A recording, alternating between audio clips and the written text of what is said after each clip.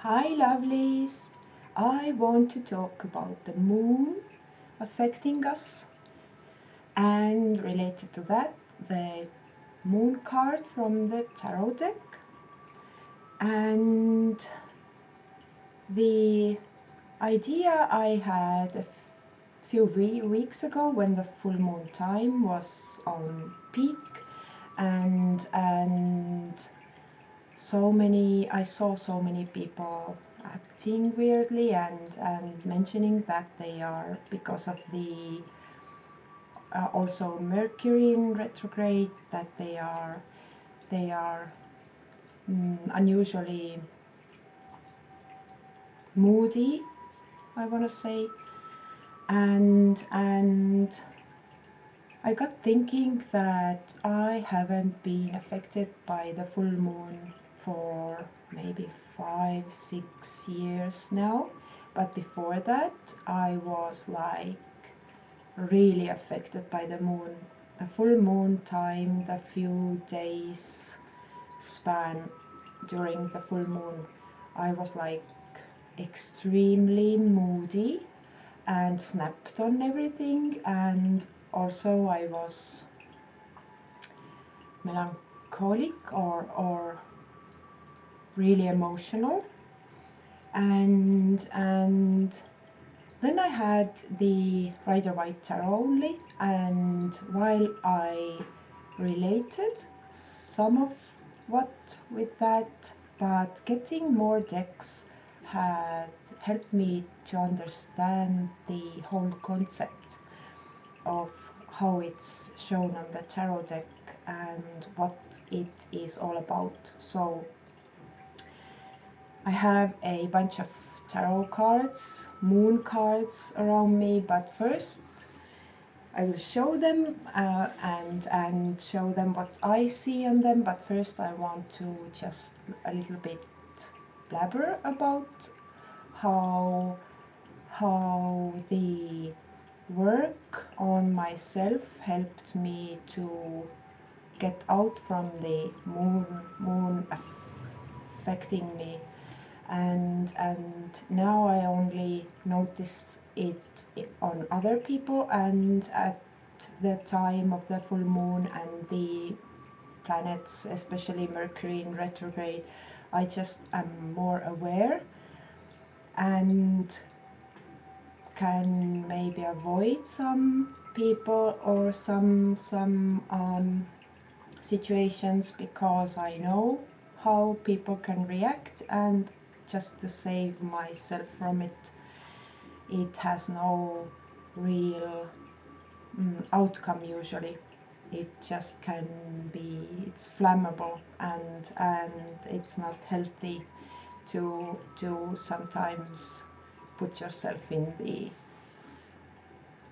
fire line, so to speak.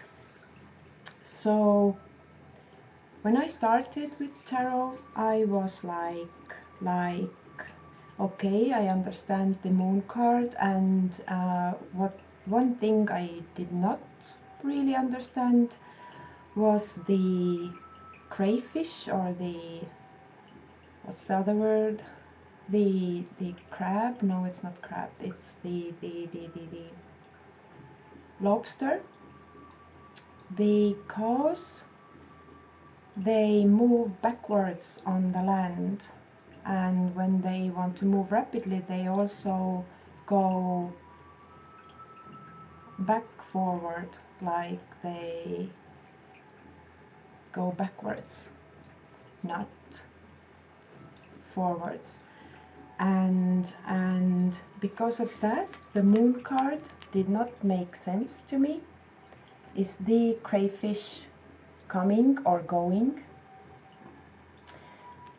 I've seen so many books and everything describing this crayfish like coming out of the water to follow the path, but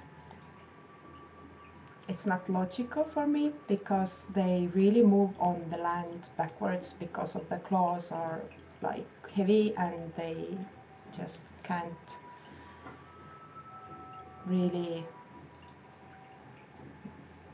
plow forward like this. Crabs are different, they hold their claws up and go sideways, but crayfish doesn't do that all the way. They just prefer to back off or go back forwards.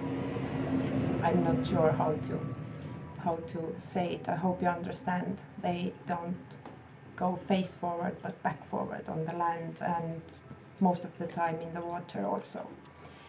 If you don't believe me, you can Google it and find out.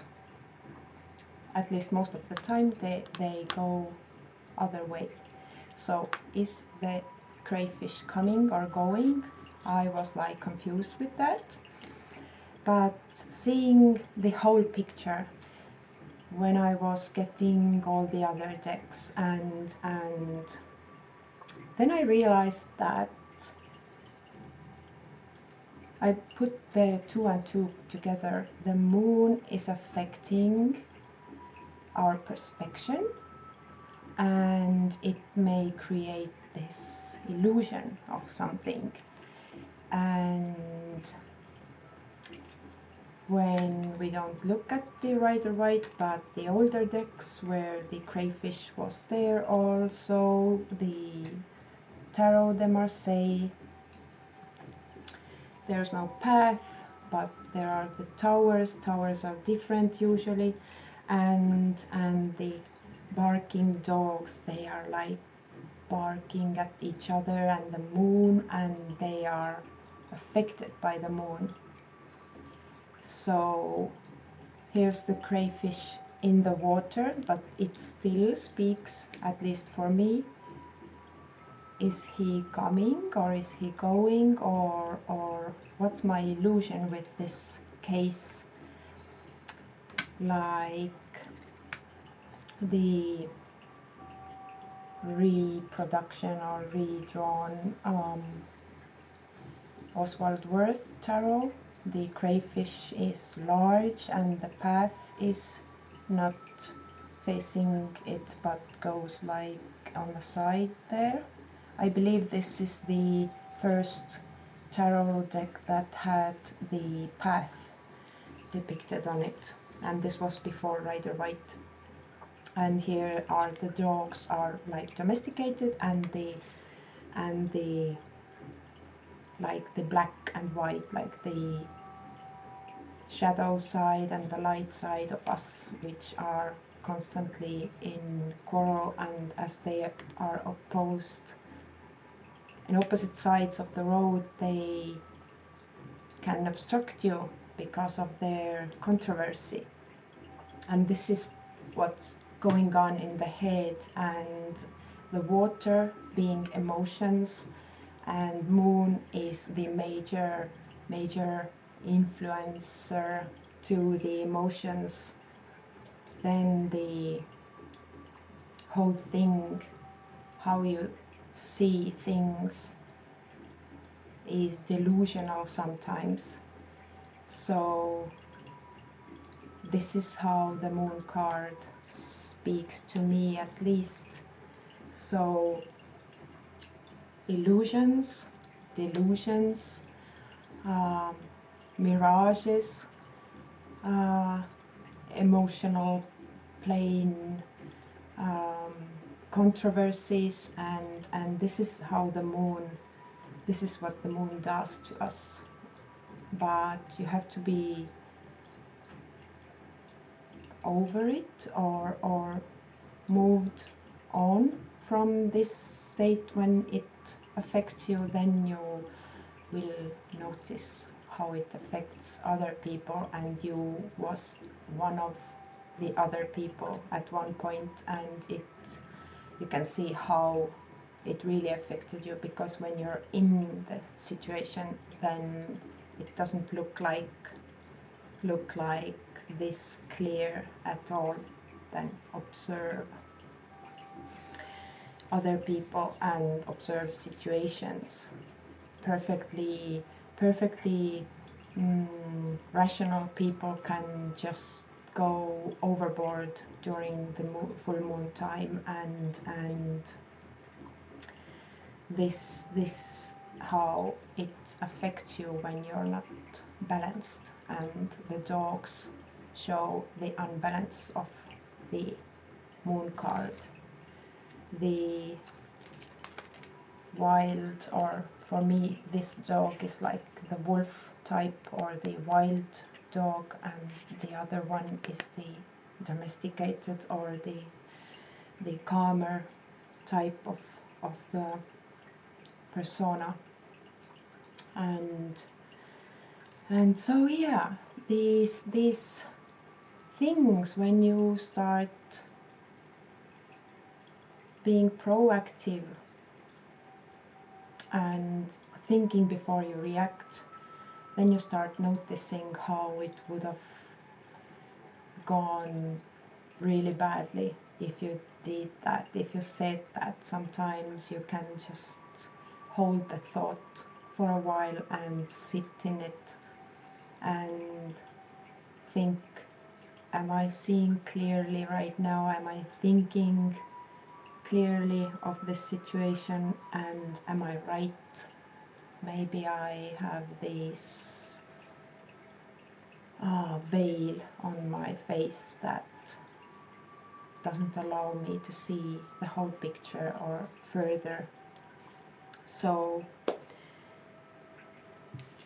this is the best, how it is. We are like these string puppets for the moon. We are attached to it. It affects us. It affects everything that contains water. And we are like not in control unless we refuse to be those puppets for the outside forces and come into ourselves and take over and stop being a brainless puppet, but start choosing our choices, or making our choices ourselves. So let's look at some other moon cards that for me speak the best of the delusion of the effect that moon may have upon us. So this is the Tarot of the She. If you have the deck, look at the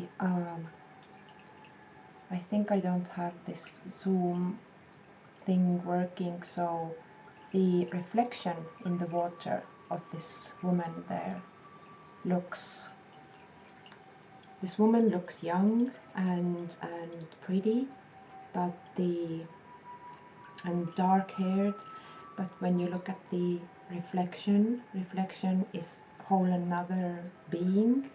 It has blonde hair, it has like this much more evil face, or this wicked a little bit face, and it has the elven here ears.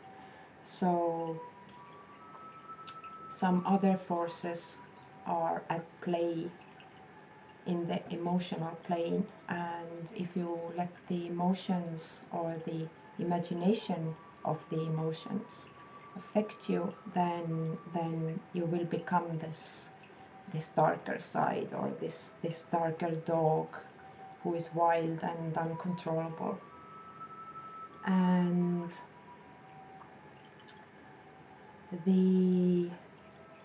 on the moon card here you can see, I'm so sad I can't show you, there are many people like shadows standing behind here that aren't here in the physical plane. These are all here. These are like our thoughts and voices, the thought mesh that comes to our head when we lose focus or are confused, and like these little voices in our head that tell us not to trust, or say something bad, or act irrationally. So And again, it is in the water, in the emotions, and deciding things using only emotions never ends well. And you have to be grounded, you have to be like on this side of yourself, not letting the emotions and the fears and the all the illusions take over your actions and thoughts, because afterwards, when you're said some things and done some things, you will be thinking, what was I thinking? Why did I do that? I messed up this, or I messed up that. And then you might be starting to find excuses for your behavior or thought patterns, but usually you can't find something, then you start blaming others, and it's a dangerous path to go on, because you really have to think that maybe I overreacted, maybe I was not right. What can I do to avoid this in the future? And be more aware of your own emotions and what's going on, and when, how does the moon time affect me. When the full moon is, you can feel this thing, this snowball of something rolling and gathering up, and only you can stop it. No, nobody else can stop it, nobody else can deal with it, only yourself. And the moon is what helps you create this, because it is so powerful. And let's have a look for some cards. This is Medieval Scapini. The crayfish is huge in there. You can see two towers. On top of the one tower is the astrologist with trying to measure something with the tools there. And on top of the other tower is the scope thing you want to have when you want to watch into space. It enlarges. I don't know how it's called. I don't know how it's called in my language. I just keep forgetting the name of this thing. And it's similar to English. If I could remember it in my language, then I could say it in English, but I have nothing. So, and here you can see the wild dog and this Anubis-like dog. Is it Anubis? I think. I'm not so familiar with the Egyptian names. I know the characters, but I keep forgetting or messing up their names. So this is like the enlightened and calm and the dog who has knowledge of how to be, and it doesn't affect this dog, but the other one is like going crazy and howling on the moon. And if you look at the path here, the path goes up the hill, up the large hill or mountain there, and behind this mountain is a star. So we have to take that path. We have to pass these two dogs that make us unbalanced, and then we have to pass these two towers. On every card except this type of Rider White. I know the other types have these. One is the brick, one is like smooth, surface, and the other one is like brick tower. So they are usually different. And you can see here is the door and window. There's no door. So these towers are like the last, like gate without actual gate, like gate towers, gate poles, and the path goes through it. You can go in and think you are safe and not go forward, stay in the castle, which means you can capture up your things, not to deal with them, which means you're still on this side of the gate, so to speak, that this all affects you. Still you can hear them howl, these dogs, and bark and etc. So you have to go forward, and then you will reach this new light and this new hope that is on the horizon. And this card from the Arthurian Tarot talks about this path. It is not easy. You will have to have this willpower to go upstream and use extremely powerful, like, control and movements to get there, because as you know, the salmon, is it, only goes upstream to reproduce, and they doesn't fly, but they can jump really high and go forward to get their goals. And here the goal is not to reproduce, but to get further away from this situation when you are like affected by everything, every emotion, and you will be getting on a higher plane with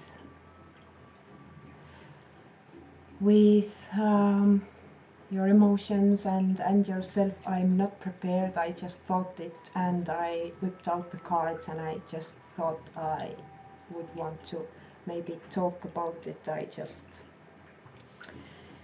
just did that. And here is the English Magic Tarot. You can see not only the towers back there, again different, but in the middle of there is a cottage, a home. You will reach home, you will reach this peaceful place when everything that's in front of here, the dogs, the water pit, it doesn't affect you. You are not anymore pushed and pulled by the natural or the outside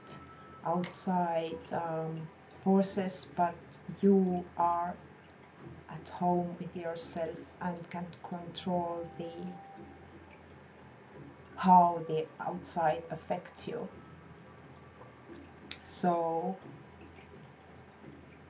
this also shows that you can pick this large, rich, probably tower, or the castle, or the other one looks like where you can go for protection, the like, not the home castle or the king's castle, but the protective castle. So there are two kinds of castles there, and the little cozy home in between. And As they say, nothing feels like home. However big is your castle, when you don't feel there at home, the only thing you have is the protective walls, but you feel alone, empty, and maybe useless there. These are my thoughts. Also, what do I have here? The Fairy Lights Tarot. I took out 2 cards. The Moon card. You can see the crayfish submerged in the water, and 2 black rats, and the tower back there, and the lady, or the witch-like lady here, has this mask on, which again, and she's like flying without wings and like sitting in the air. Again, the illusion, the delusion, the things behind the masks, and or we wear the masks not being true to ourselves, or not being ourselves. So this is that. And the other card from the Fairy Lights Tarot, which for me again talks about moon. You can see the moon creating this oasis in the desert, and this is illusion, like the mirage in the desert when the camel riders think they can rest and get some shelter and maybe a water, but usually these can be mirages, and here the moon creates that mirage. So this is how moon affects our perception of reality. And the Bosch Tarot, you can see a lot is going on in here. She is nude for starters, and is reaching for the moon. Like, you can really catch the moon. It's only this imaginary trying to catch the moon. When the moon is in the sky, you can like try to take it, but you can't. And you can see these creatures of all sorts lurking around here behind her, and in the bushes.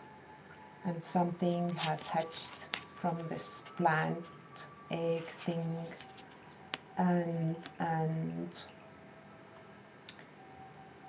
there's porcupine in here. They are known to be like painful. They can shoot out their stings from afar, and yeah, things are not as they seem when the full moon is affecting you. And for the last card I want to show is the Vision Quest Tarot. You can see her embracing the moon. She is in the state where the moon doesn't affect her. She works with the moon, she embraces the powers of the moon, but she is at peace with it. She plays her drum, and the waves are not affecting her. She just embraces the nature and how the wave is coming in, and the wolf, or the dog, I can tell it's a wolf at my opinion at least, is on the other side of the coast, which means she had moved to the other side of the gate and the dogs and the water, and now is further moved on the path, and can now look back and use the moon as an accomplish. Is this the right word? Not an enemy, but an accomplish. Is this an accomplish? I think, I hope you understand all I'm saying, because sometimes I'm like saying maybe other things, other words. So yeah, this card shows beautifully how the nature people always have been in touch with the nature and have not been affected by the moon as we are maybe today, because we are moved so away from the nature and we don't understand how things maybe work. And for, did I say last? No, it's not last. I forgot to show the Shining Tribe deck. You can see the arrow there. It might mean Hunter's Moon, but for me it speaks about how the moon can shoot you in the head. It can point you, and you can see the arrow is not straight, but it's like spiral, or not spiral, but it's like lightning shaped, and it totally can just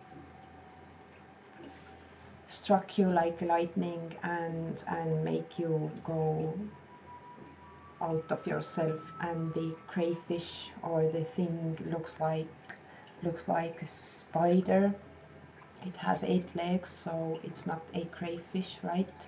It's more like a spider, and spiders are like these web weavers who can just lure you in and you will be stuck in there. So and in the middle there is the safe haven, or the green land with a, I'm not sure what's in there, trees. I can see trees and stuff, but everything else is red. Like the only place to go is to go within yourself and work with yourself to get out of this everything affecting you, because you control how things are affecting you, and nothing else, absolutely nothing else can control you but only you yourself. So this was my moon ramble and things I have been experiencing and discovering with tarot and with myself, and during all the time I have been on this planet, also affected by the moon. And as much as I remember, I was already afraid of the full moon time, because I knew I would act irrationally and make bad decisions, but I did not know. I knew it affects me, I noticed that, but I was thinking like it's going to be like this forever, probably, because I had no idea how to come out from this. And I did not come out from this on like purpose, that I will work with the coming out of the moon affecting me, but I worked on myself overall, understanding how to control the emotions, understanding myself, understanding how everything affects me and how I react to things and what are the consequences for my reactions and how I can improve them.